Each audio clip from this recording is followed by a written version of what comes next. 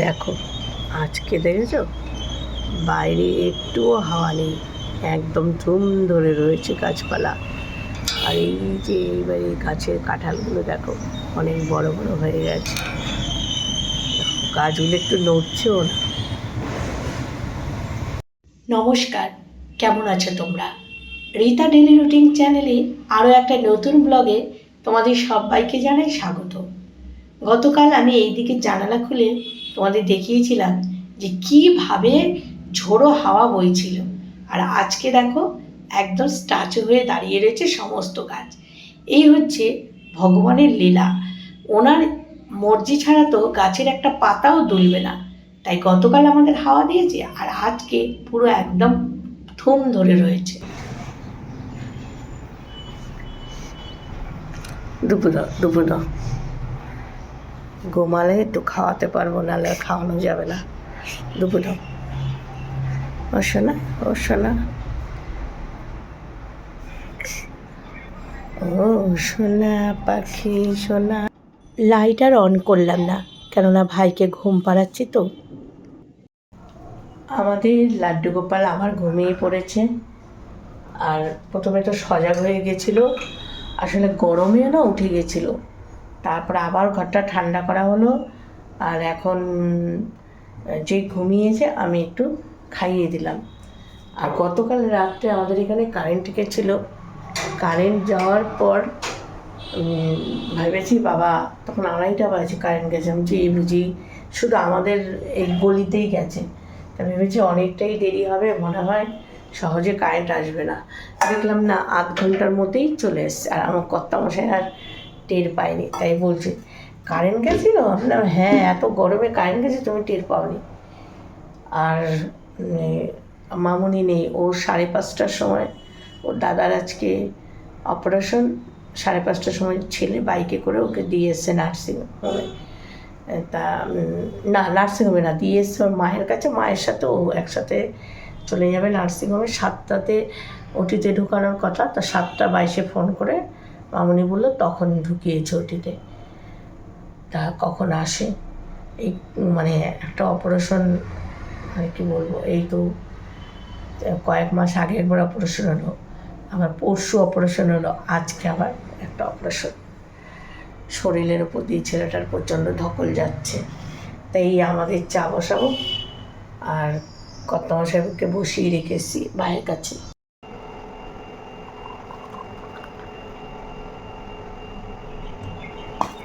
চা খাওয়া হয়ে গেল আমাদের। আর হচ্ছে মামুনি এক্ষুনি ফোন করেছে। এখন তো প্রায় 8টা 15টার মতো বাজতে যায়। এখনও দাদাকে মানে ওটি থেকে বের করেনি। 7:22 ঢুকিয়েছে। আমি বললাম যে তুই, তোর মা, তারপরে ওর বৌদির মাঠা সব রয়েছে, আমরা সামনেই দোকান থেকে একটু চা খেয়ে নিই। এখনও ওটির থেকে বের করেনি। গতকাল সারা রাত ও ঘুমাতে পারেনি। তাই বলছে মামুনির চোখ জ্বালা করছে। যতই হোক ভাই ভাই বোনের সম্পর্ক, এটা তো টেনশান কাজ করেই। তারপরে আমার চোখ জ্বালা করছে।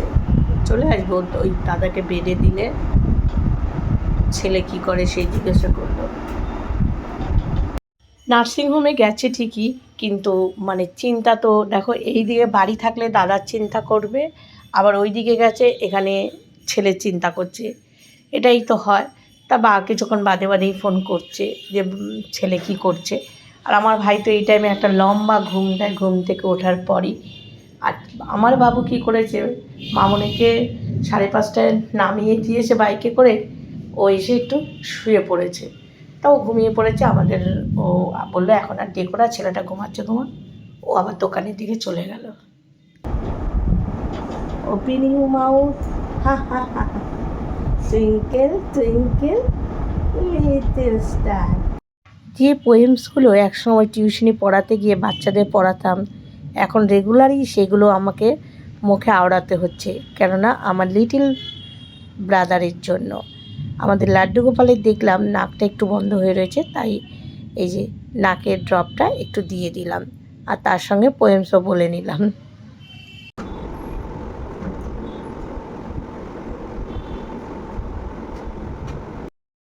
ভাইয়ের কিছু জামা কাপড় বারান্দায় শুকিয়ে গেছে, এগুলো গতকালের।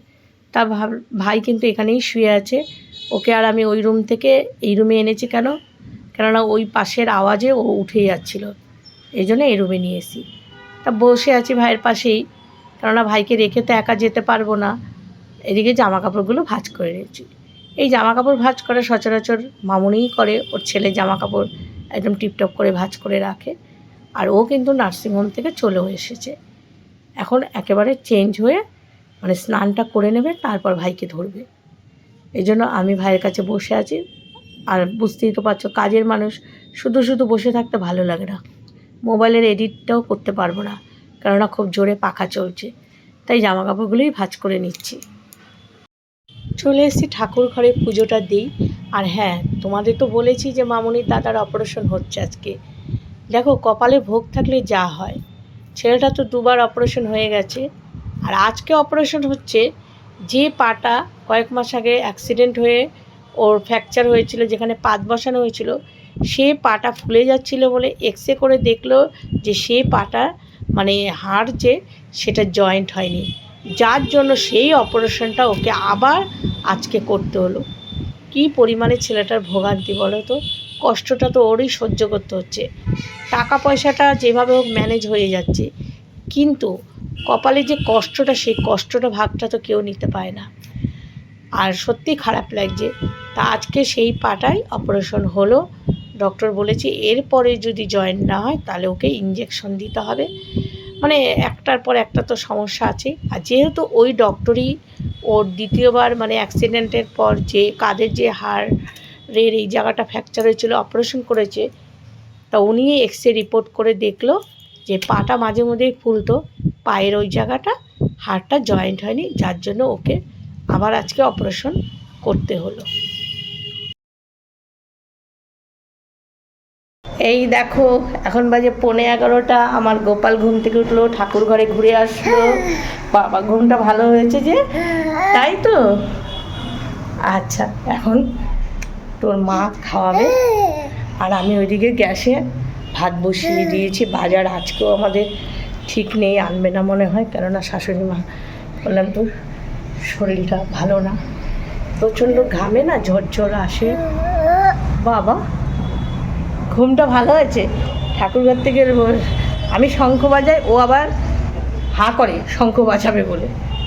চলো মায়ের কাছে। আমার ভাত হয়ে গেছে, আমি কটা রুটি করব, আম দিয়ে রুটি দিয়ে সব খাবে। ভাতটা ইন্ডাকশানে জল ফোটার পর আমি আমার নরম না হয়ে যায়, এক ভয় আমার, ভাতটা নামাতে হবে। লাড্ডু গোপাল মায়ের কাজ বাড়িয়েছে, আমার কাছ থেকে গেছে ওর মায়ের কাছে। তা আমি ভাতটা নামাচ্ছি, মামুনি ফোন করছে, ও মামুনি তাড়াতাড়ি আসো। ড্রেসিং টেবিলের সামনে ওর মা দাঁড় করিয়েছে, আর একদম ওখানে দাঁড়িয়ে পটি করেছে। এখন ওর মা মোছামুছি করছে। তাই তো, তুমি এই কাজটা করেছো? কর্তা মশাই খেয়ে একটু ব্যাংকের দিকে গেল, আর এই যে এখন শাশুড়ি মাকে দেবো আম দিয়ে রুটি। কালকে কিছুই খেতে পারেনি সেরকম জ্বরের মুখে, তা আম দিয়ে রুটি দেবো মাকে। আর বাবু ইসে এনেছিল ছোলে বাটনা, আমি আমাদেরটা আনতে না করেছি। আমি হচ্ছে কি কালকে রাত্রেও মামুনি সেরকম খাইনি, বাবুও খাইনি। আমি হচ্ছে তোরা এনে একটু খা, আমরা রুটি করছি। তা আনার পর মামুনি এখন কী করলো, একটা খেলো আর খেলো না, আর মাথাটা যন্ত্রণা করছে, রাত্রে ঘুম হয়নি তো। কিন্তু ওই যে বাচ্চা থাকলে আর এখন ঘুমাবে কী করে, ওই যে ছেলেকে খাওয়াতে বসিয়েছে, ছেলে তো মুখ ঘুরিয়ে ঘুরিয়ে নিচ্ছে। এমনিতেই মামুনি রাতে ঘুমাতে পারেনি, তার মধ্যে ছেলেকে এখন বসিয়েছে খাওয়াতে। ছেলে তো দাঁতগুলোকে এরকম চেপে রেখেছে। এখন মা আর ছেলের ওখানে হচ্ছে, আমি রান্নাঘর থেকে আওয়াজ পাচ্ছি। আর আমার তো কিছু করার নেই, আমার এখানে যে টিফিন আমি করছি।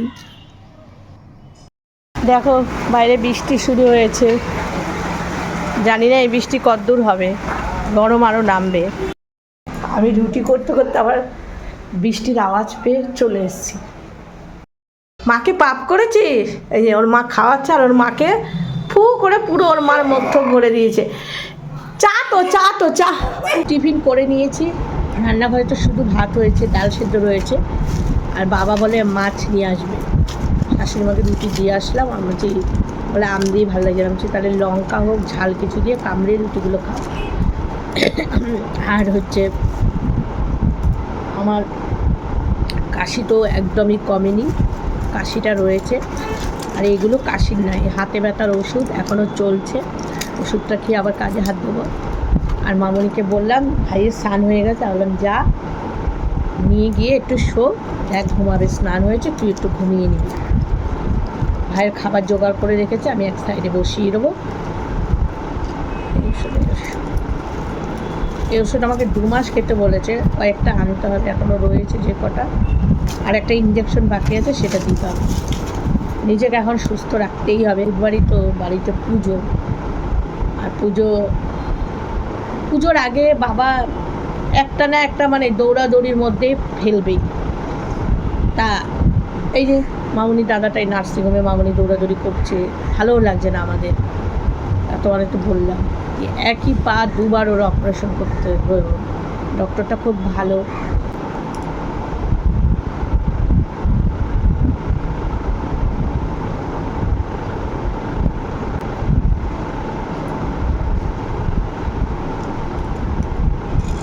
আর আমার ভাই এখন এই থালার মধ্যে হাত বাজিয়ে খেলতে পারে। গেছিলাম ওর মার সঙ্গে বলেছি একটু শো, বাবা ওর মাকে পাক করে আবার বেরিয়ে আসলো।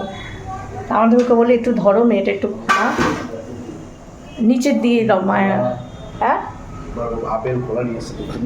পাপ পাপ করে খালি সবাইকে খালি পাপ পাপ পাপ করে দাও। ও মাকে কি জোরে পাপ করে, আবার খাবার দিয়ে চল মা, ফু করে পুরো মুখটাকে ছড়িয়ে দিচ্ছিল। শাশুড়ি মা তো বাজারে যায়নি, এই বাবা নিয়ে এসছে মাছ। বাবা কত বড় বড় দেখো পিস, অনেক বড়। আমার দিদি গতকাল না তার আগের দিন শ্বশুরবাড়ি গেছিলো ত্রিবেণীতে। ওরা বাইকে করে গেছিলো, ভোরবেলা বেরিয়েছিল।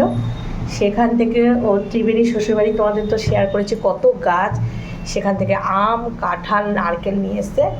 কাঁঠালটা এখনও ভাঙেনি, আমগুলোর সাইজ দেখো বড় বড়। নারকেলটা আমাদের ওর নিচে রেখে এসছে।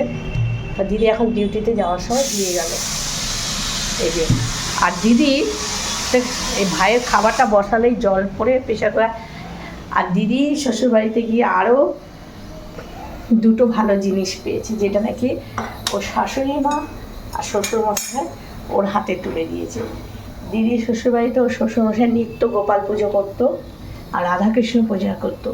তা মেসোমশাই এখন বয়স হয়েছে, একটু শরীরটা অসুস্থ থাকে, তাই দিদির হাতে ওই গোপাল আর রাধাকৃষ্ণ তুলে দিয়েছে। বলছে বৌমা তুমি একে মানে পুজো দেবে, মানে যেরকম তুমি ঘরে পুজো করো। তা বেশ দিদি খুব খুশি। আর এইসব জিনিস পাওয়াও ভাগ্যের ব্যাপার, তাই না? আর যেহেতু শাশুড়ি শ্বশুরের মশাইয়ের হাত থেকে পেয়েছে, আরও খুশি হয়েছে। এগুলো খেতে কে ভালোবাসো বলবে তো, আমার কিন্তু খেতে খুব ভালো লাগে। এগুলোকে ফুটি বলে, আর ফুটি খেতে খেতে দারুণ লাগে। শাশুড়ি মার জ্বরের মুখ তো, তাই এই যে তেলাকুচ পাতার ঝোলটা খেতে চেয়েছে, করে দিলাম। আর আমাদের এখানে এই তেলাকুচ পাতা সহজে খুঁজে পাওয়া যায় না। বাবা আজকে যা বড় সাইজের মাছ এনেছে, বাবা 2 পিস মাছ বেরিয়ে মনে করেছে।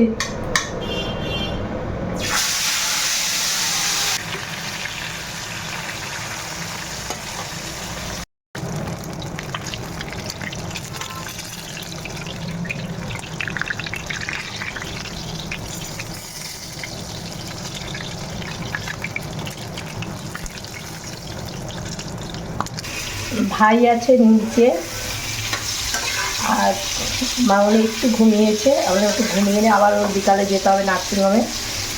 আর সে মাছে একটু আলু দিয়ে নিলাম, এই যে আলু দিচ্ছি মাছে। মাছ ভাজা হয়ে গেছে সব।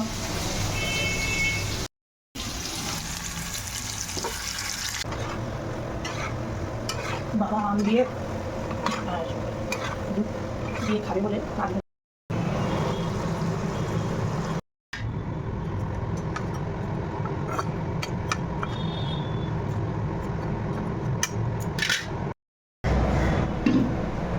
লাড্ডু ভাই ঘুমিয়ে পড়েছে, আর মাছের ঝোলটা হলেই আমার হয়ে যাবে। তারপরে এখন আমাকে একটু ব্যাংকে দৌড়াতে হবে। 3টের সময় যেতে বলেছিল, 3টের সময় বিরক্তি লাগে যেতে, খেয়ে দিয়ে ওই সময়। এখন যাব। এই যে মাছের ঝোলের ফাইনাল লুক।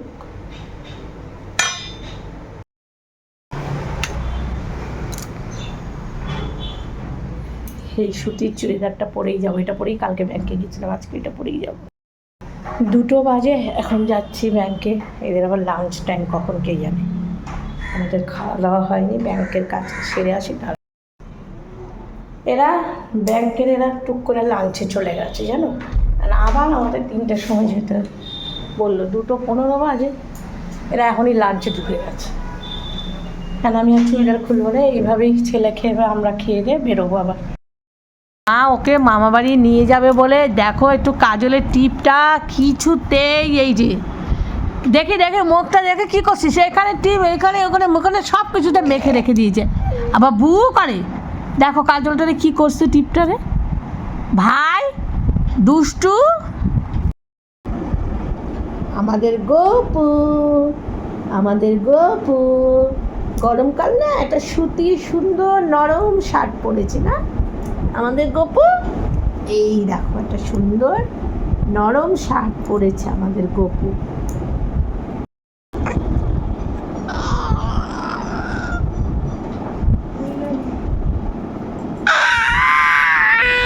মোছাবি?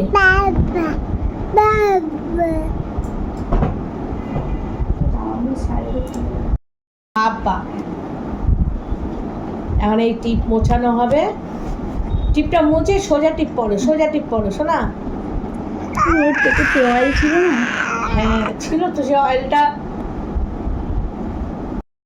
টু পরিয়ে দিচ্ছে পর পর।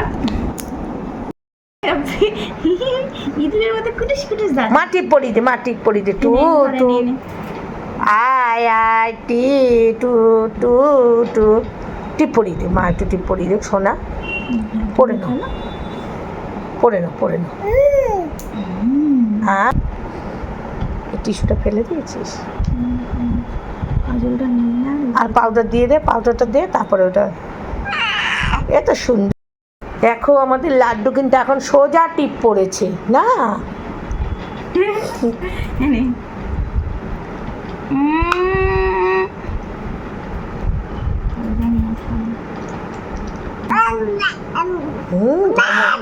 বাবা উল্টা পাপ, বাবা তো উল্টো ধমকায়। করেছিস তো সেগুলো?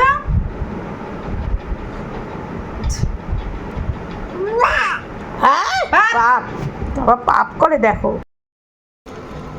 এখন বেশ অনেকটা রাত হয়েছে, আর আমি বসিয়েছি ডাল। আজকে অল্প একটু পেঁয়াজ দিয়ে ডাল করছি রাতের জন্য, আর ভাত রয়েছে, আর পাঁপড় ভাজবো। দুপুরে তো মাছ করেছি, মাছ রয়েছে, কিন্তু এখন আর ইচ্ছে করছে না মাছ খেতে। আর আমাদের বাড়ি কিন্তু অতিথি এসেছিল, রসগোল্লা এসেছিল, মানে আমার ভাইয়ের বেটার ছেলের বউ, ওর ছেলে। তা বেশ অনেকক্ষণ সময় ওদের সঙ্গে কাটলো। লাড্ডু মামা বাড়িতে আজকে আর যায়নি, তখন রেডি হয়েছিল, কিন্তু ওর মা আর জেম্মার সাথে গিয়ে, ওর মা আর জেম্মা ফুচকা খেতে গেছিলো, সেখানে গিয়েছিল। তাই এবার লাড্ডু রসগোল্লা দুই ভাইকে নিয়ে বেশ অনেকক্ষণ সময় কাটলো। ওরা এই কিছুক্ষণ আগেই গেল, বিরিয়ানি এনেছিল, তো বিরিয়ানি মামনি আমাদের ওই বৌমা সব খেয়েছে টেয়েছে, আমরা তো খাই না কর্তমাসে। আমি ওই ডাল করছি, আর শাশুড়ি মাকে 2টো রুটি করে দেবো। আজকে একাদশী গেছে, দুপুরবেলা এমনি জ্বর মুখ, দুপুরেও সকালেও রুটি করে দিয়েছিলাম, এখন 2টো রুটি করে দেবো ব্যাস। আর ডালটা পেঁয়াজ দিয়ে ফোড়ন দেবো, আর ভিডিওটা শেষ করব। এখন অনেকটাই রাত হয়ে গেছে, কারণ মানে সন্ধ্যার থেকে সামনে আসিনি, ভাইকে দেখিয়েছিলাম, প্রায় 12টার মতো বাজতেই যায়। আমাদেরও আসেনি, বাবাকে নিয়ে একবারই আসবে। শাশুড়ি মা বাজারে যায়নি, তার মাঝে আবার সন্ধ্যাবেলা মাকে একটু চাও করে দিয়েছিলাম। তো অনেকটা সময় গল্প গুজব করে কেটে গেল। ঠিক আছে বন্ধুরা, আজকে ভিডিওটা শেষ করছি। এই যে ডাল, দেখা হবে তোমাদের সঙ্গে আগামীকাল নতুন একটা ভিডিওতে। সবাই ভালো থেকো, সুস্থ থেকো, শুভরাত্রি, টাটা।